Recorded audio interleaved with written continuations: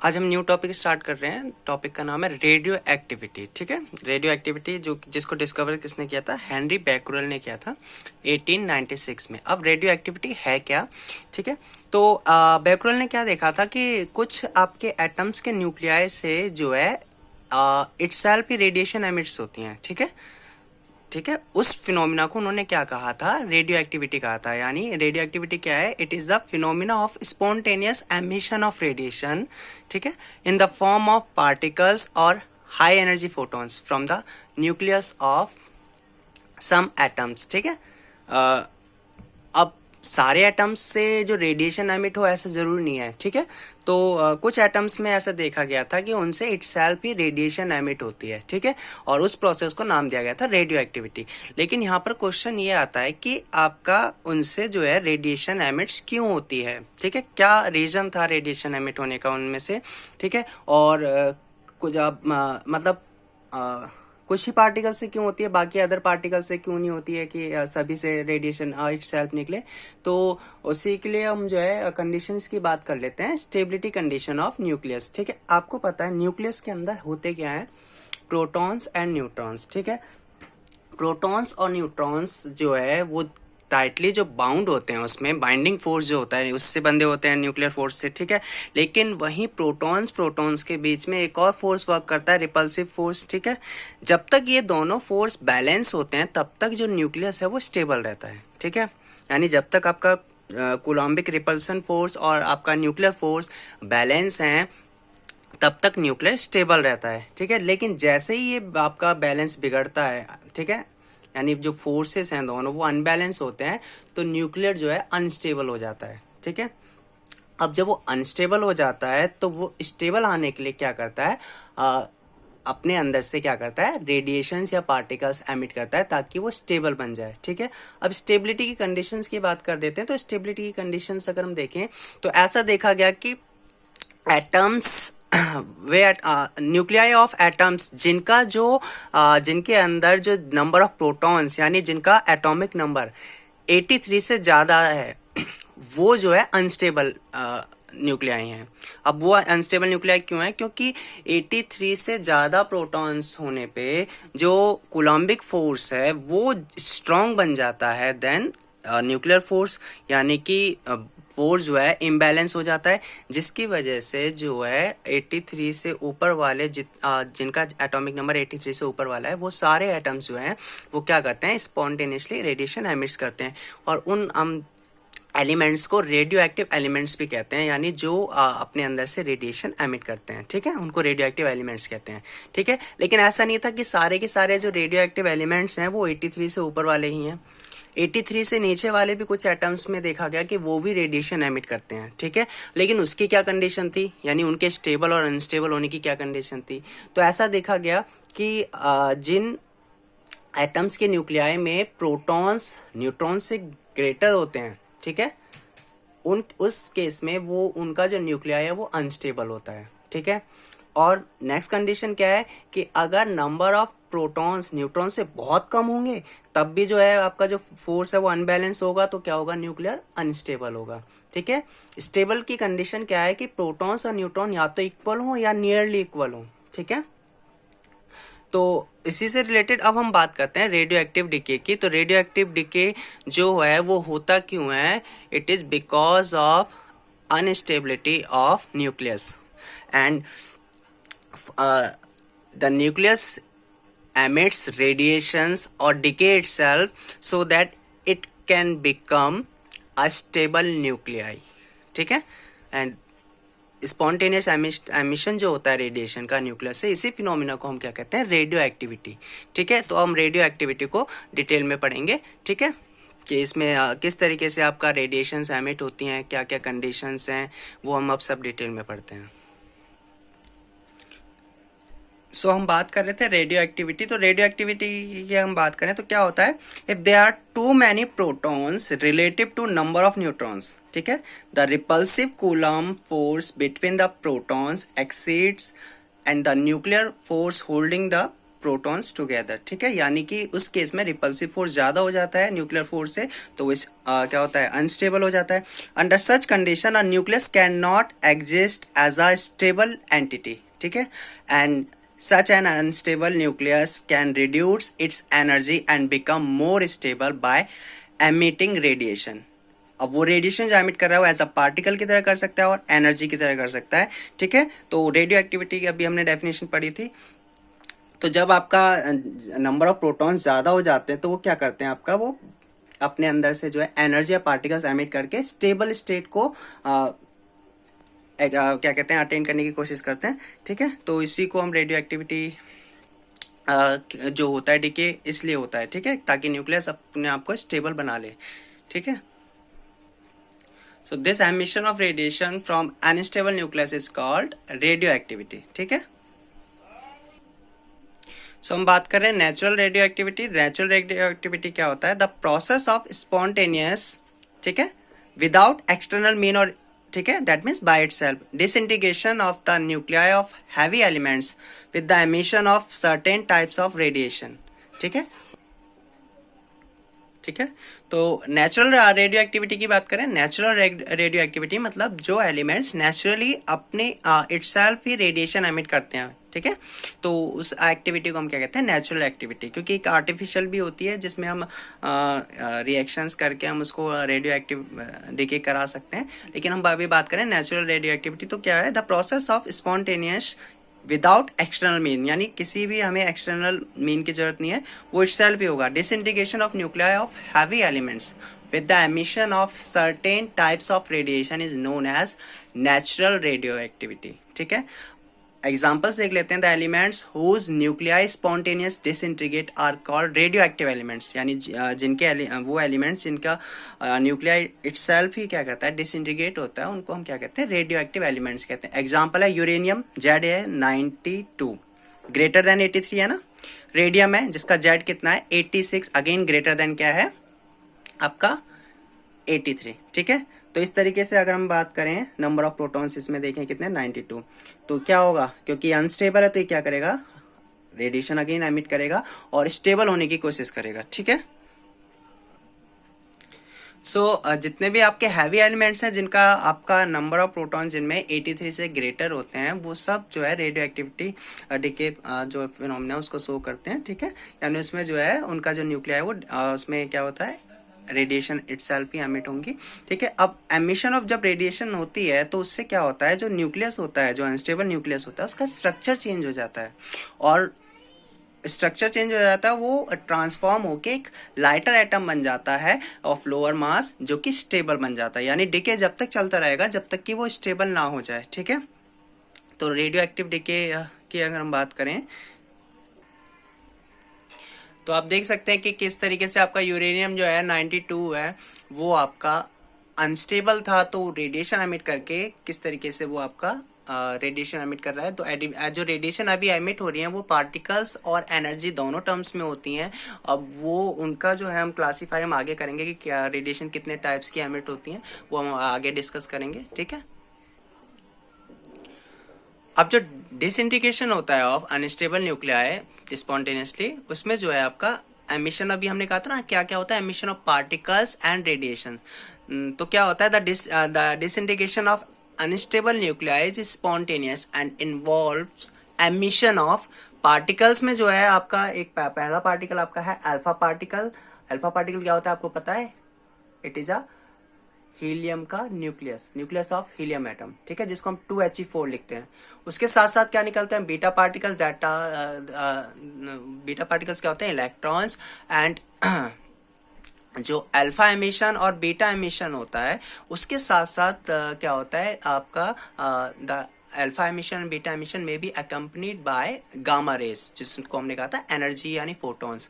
The gamma rays are extremely short wavelength, that means उनकी energy बहुत ज्यादा होती है, फ्रीक्वेंसी ज्यादा होती है, इलेक्ट्रोमैग्नेटिक वेव्स फोटॉन्स, ठीक है।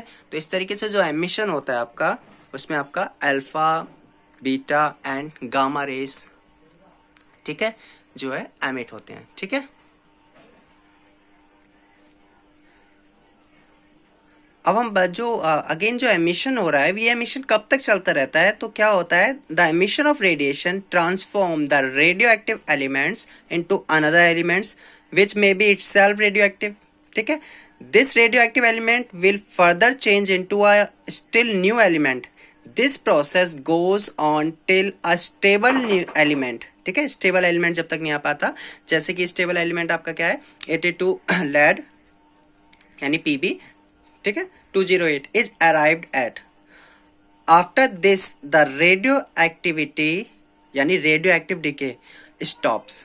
यानी जो रेडियो एक्टिव डिके है जब तक होता रहता है जब तक कि उस एलिमेंट्स का न्यूक्लियाई जो है स्टेबल ना हो जाए। ठीक है, तो वो ब्रेक होता जाएगा यानी डिके, ब्रेक की अभी हम बात नहीं कर रहे, डिके हो रहा है यानी उसके अंदर से रेडिएशंस निकल रही हैं, पार्टिकल्स निकल रहे हैं अल्फा बीटा गामा, जब तक निकलते रहेंगे जब तक कि वो स्टेबल ना हो जाए। ठीक है, इसी में हम आगे अभी रेडियो एक्टिव डिके की भी बात करेंगे। ठीक है, सो नेक्स्ट पॉइंट जो नेचुरल रेडियो एक्टिविटी के बारे में है वो क्या है, since the radioactivity is practically unaffected by temperature, pressure and other conditions, so we conclude that radioactivity is a nuclear property, जो न्यूक्लियर पे डिपेंड करती है। ठीक है, अगर आपका न्यूक्लियस आपका अनस्टेबल है तो रेडियो एक्टिविटी होगी। ठीक है, therefore alpha particles, beta particles and gamma rays are emitted from the nucleus.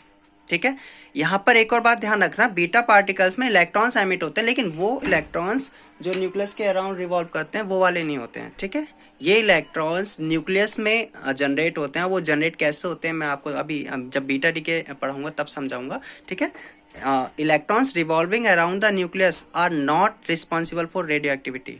जो न्यूक्लियस के अराउंड रिवॉल्व करते हैं वो इलेक्ट्रॉन्स रेडियो एक्टिविटी के लिए रिस्पॉन्सिबल नहीं होते हैं। ठीक है, यहाँ पर ये बात ध्यान रखना, इलेक्ट्रॉन्स का एमिशन न्यूक्लियस से जो हो रहा है, कैसे हो रहा है, आप कहेंगे कि इलेक्ट्रॉन्स तो न्यूक्लियस में होते ही नहीं है, तो वो जब मैं आपको बीटा डीके पढ़ाऊंगा तब आपको मैं समझाऊंगा किस तरीके से उसमें से आपका न्यूक्लियस से इलेक्ट्रॉन्स निकलते हैं। ठीक है, अब हम बात करते हैं nature of radiations emitted by radio active elements. ठीक है, तो on the basis of experiment it was found that the radiation emitted by radio active elements और सब्सटेंसेस आर ऑफ 3 काइंड्स। ठीक है, 3 टाइप्स की होती हैं, नेमली जिसको हम कहते हैं alpha particles, beta particles and gamma rays. ठीक है, जहां आपको पता है अल्फा पार्टिकल्स क्या होता है, it is the nucleus of helium atom. Beta particles क्या होता है, इट इज इलेक्ट्रॉन्स। ठीक है, एंड गामा रेज जिसको हम कहते हैं electromagnetic radiations, that is photons. ठीक है, लेकिन एक बात याद रखना कि जो रेडियो एक्टिव एलिमेंट्स है, सारे के सारे एलिमेंट्स ये तीनों को एमिट करें ऐसा जरूरी नहीं है। ठीक है, a particular radio active elements does not necessarily emit all these types of radiation. अगर तीनों टाइप की रेडिएशन एमिट करें ऐसा जरूरी नहीं है। ठीक है, अलग अलग एलिमेंट्स में जो आपका एमिशन होता है, किसी में अल्फा का होता है, किसी में बीटा का हो रहा है, किसी में गामा का हो रहा है, किसी में अल्फा गामा दोनों आ रहे हैं, किसी में बीटा गामा दोनों आ रहे हैं। इस तरीके से वो कंडीशंस अलग अलग एलिमेंट्स के लिए, रेडियो एक्टिव एलिमेंट्स के लिए अलग अलग है। ठीक है, अब हम बात करते हैं experiment to show the existence of 3 types of radiation. ठीक है, तो एक एक्सपेरिमेंट किया गया था जिसमें ये तीनों टाइप की रेडिएशंस होती हैं वो वेरीफाई हुआ था। ठीक है, ऐसा देखा गया था। तो इसके लिए क्या किया गया था, small amount of some radioactive substance हमने किया, जैसे कि रेडियम लिया हुआ है, is drop to the bottom of the small hole made in the block of lead. तो आपका एक लेड था, ठीक है, जिसमें आपका एक होल बनाया गया था। ठीक है, अब the radiation form a narrow beam of rays emerging from the bottom of the block. Since rays entering the wall of lead are absorbed before reaching the surface. ठीक है, तो ब्लॉक के में अंदर से केवल एक स्मॉल ओपनिंग होल बनाया था जिसमें से आपका इलेक्ट्रोमैग्नेटिक रेडिएशंस निकल रही थी। बाकी चारों तरफ की जो रेडिएशन थी उसको वो क्या कर रहा था, वो लेड के जो वॉल्स थी उसको एब्जॉर्ब कर लेती थी, उसको ब्लॉक कर रही थी ताकि वो बाहर ना निकले। तो केवल एक स्मॉल बीम ही आपका निकल रही थी, लेकिन जब उस बीम को हमने इलेक्ट्रिक फील्ड और मैग्नेटिक फील्ड में से पास कराया तो वो जो बीम थी, सिंगल बीम, वो स्प्लिट हो जाती है तीन टाइप्स की बीम्स में। ठीक है, जैसे कि इसमें दिखाया हुआ है आपका, इधर ही आपका अल्फा रेज है, या आपका बीटा रेज है, या आपका गामा रेज है। तो स्प्लिटिंग हो जाती है उस रेज की जो रेडिएशन एमिट हो रही थी। ठीक है, रेडियो एक्टिव एलिमेंट से। ठीक है, तो अब हम देख लेते हैं। तो आप देख सकते हैं यहाँ पर किस तरीके से रेडिएशन तीन रेज में आपका एमिट हुई है। ये आपकी अल्फा रेज हैं, ठीक है। लेफ्ट साइड आपका स्ट्रेट जो जा रही है वो गामा रेज हैं, और जो आपका राइट साइड जा रही है वो आपकी क्या है, बीटा रेज हैं, ठीक है। सो ये आपकी ऑब्जर्वेशंस हैं एक्सपेरिमेंट की, ठीक है, जो कि एग्जिस्टेंस ऑफ रेडिएशंस की बताते हैं। तो क्या देखा गया था, when the radiations coming out of the hole are subjected to an electric field, it is observe that radiation splits into 3 parts, ठीक है। जिसमें से आपका जो 1 part binds towards the negative plate, जो आपका एक पार्ट था वो नेगेटिव प्लेट की तरफ जा रहा था, तो नेगेटिव की तरफ कौन जाता है, पॉजिटिव, यानी कि वो कौन सी रेस थी, अल्फा रेस। दिस पार्ट कौन सा था आपका, अल्फा पार्टिकल्स था, and the deflection of the alpha particles towards the negative plate shows that they are positively charge. ये हमने प्रॉपर्टी में पढ़ा था, alpha particles are positively charge होते हैं, और अल्फा पार्टिकल्स क्या होता है, न्यूक्लियस ऑफ हीलियम एटम होता है, ठीक है। और जिसमें आपको पता है 2 प्रोटॉन्स एंड 2 न्यूट्रॉन्स होते हैं, ठीक है। अब जो सेकेंड पार्ट था रेस का, वो बैंड हो जाता है towards positive plate. Positive plate मतलब पॉजिटिव की तरफ कौन जाएगा, नेगेटिव। दैट मीन्स जो वो पार्ट जो था वो क्या था, बीटा पार्टिकल्स। और बीटा पार्टिकल्स कैसे होते हैं आपका, क्योंकि वो पॉजिटिव की तरफ डिफ्लेक्ट हुए थे, तो वो कैसे होते हैं, नेगेटिवली चार्ज होते हैं। और आपको पता है बीटा पार्टिकल्स जो हैं वो क्या होते हैं, आर आइडेंटिकल टू इलेक्ट्रॉन्स, ठीक है। लेकिन जो इलेक्ट्रॉन्स हैं आपका, बीटा पार्टिकल्स इलेक्ट्रॉन्स ही होते हैं, लेकिन ये वो इलेक्ट्रॉन्स होते हैं जो न्यूक्लियस में होते हैं, वो वाले नहीं होते हैं जो न्यूक्लियस के अराउंड आपके ऑर्बिट करते हैं, ठीक है। हालांकि प्रॉपर्टी सेम है, यानी जो आपका बीटा पार्टिकल्स है वो electrons identical to those that orbits the nucleus, but they are created within nucleus. है तो वो इलेक्ट्रॉन्स ही, लेकिन ये बीटा पार्टिकल्स वो इलेक्ट्रॉन्स हैं जो न्यूक्लियस में क्रिएट हुए हैं, ना कि वो वाले हैं जो न्यूक्लियस के अराउंड आपका ऑर्बिट्स में रिवॉल्व करते हैं। ये वो वाले इलेक्ट्रॉन्स नहीं होते हैं, ठीक है। ये बात आपको मैंने पहले भी बताई थी, ठीक है। अब थर्ड वाली जो है वो स्ट्रेट चली जाती है, ठीक है, यानी वो ना तो प्लस की तरफ आपका डेविएट होती है, डिफ्लेक्ट होती है, ना ही माइनस की तरफ, ठीक है। अब वो आपका क्या है, न्यूट्रल है, और इस जो थर्ड वाला है उसको हमने नाम दिया था गामा रेस, ठीक है। The third part remains unaffected and goes straight without bending, ठीक है। दिस पार्ट को हमने जो कहा गया था वो कौन सा पार्टिकल था आपका, गामा रेज, ठीक है। And this mean gamma rays are uncharge, यानी पे कोई चार्ज नहीं होता है। और आपका जो गामा रेज है, दीज आर इलेक्ट्रोमैग्नेटिक वेव्स, यानी photons of very short wavelength, that means having high frequency and high energy, ठीक है। And they are emitted from the nucleus that is in excited state. Excited state आपको पता ही है, जिसमें वो आपका वो अनस्टेबल होता है, ठीक है। कोई दिक्कत तो नहीं है।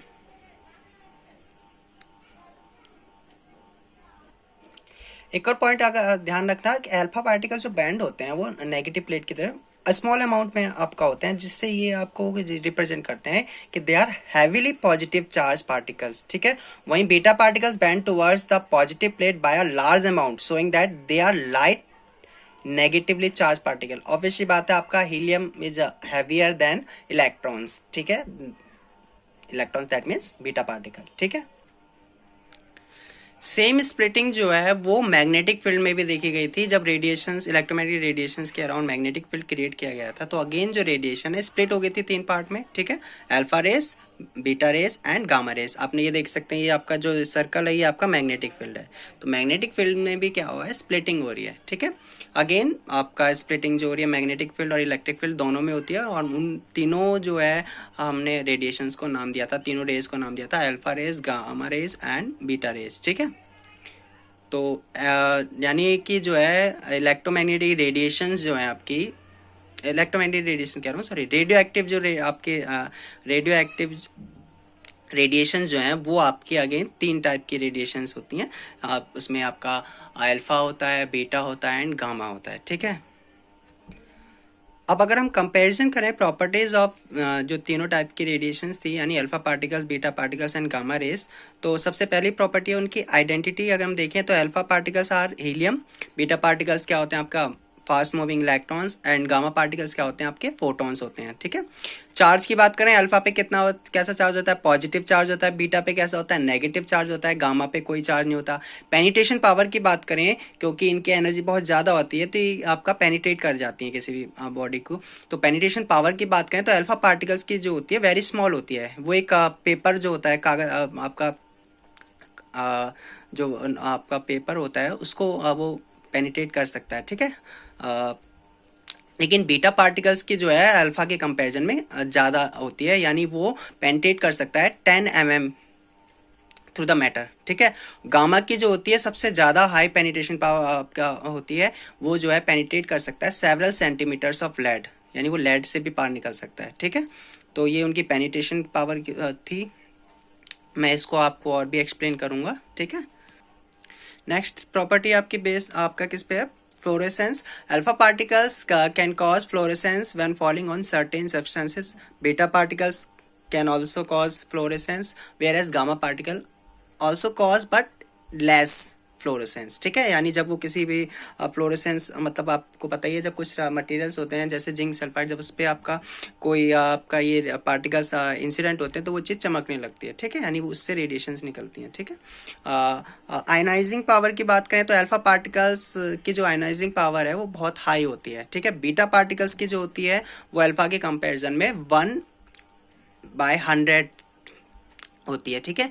और जो गामा की होती है वो अल्फा पार्टिकल के कंपैरिजन में 1/1000, ठीक है, होती है, ठीक है।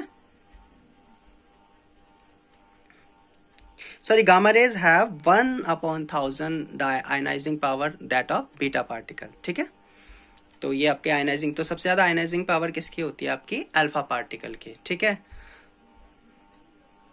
आयनाइजिंग पावर आप मतलब आयनाइज कर देना, ठीक है, गैस पार्टिकल्स को। तो अल्फा पार्टिकल ज़्यादा आपका हाईली आयनाइज करता है, बीटा उससे कुछ कम करता है, एंड गामा सबसे कम करता है, ठीक है, आयनाइजिंग पावर। जबकि गामा की पेनिट्रेशन पावर सबसे ज़्यादा थी, ठीक है, और अल्फा की पेनिट्रेशन पावर सबसे कम थी। नेक्स्ट जो है उनका फोटोग्राफिक इफेक्ट है। फोटोग्राफिक इफेक्ट मतलब अल्फा बीटा गामा तीनों जो आपकी रेज हैं, आपका जो फोटोग्राफिक फिल्म है अगर उस पर इंसिडेंट होती है उसको ब्लैक कर देती हैं, ठीक है। तो उसको अफेक्ट करती हैं फोटोग्राफिक फिल्म को, ठीक है।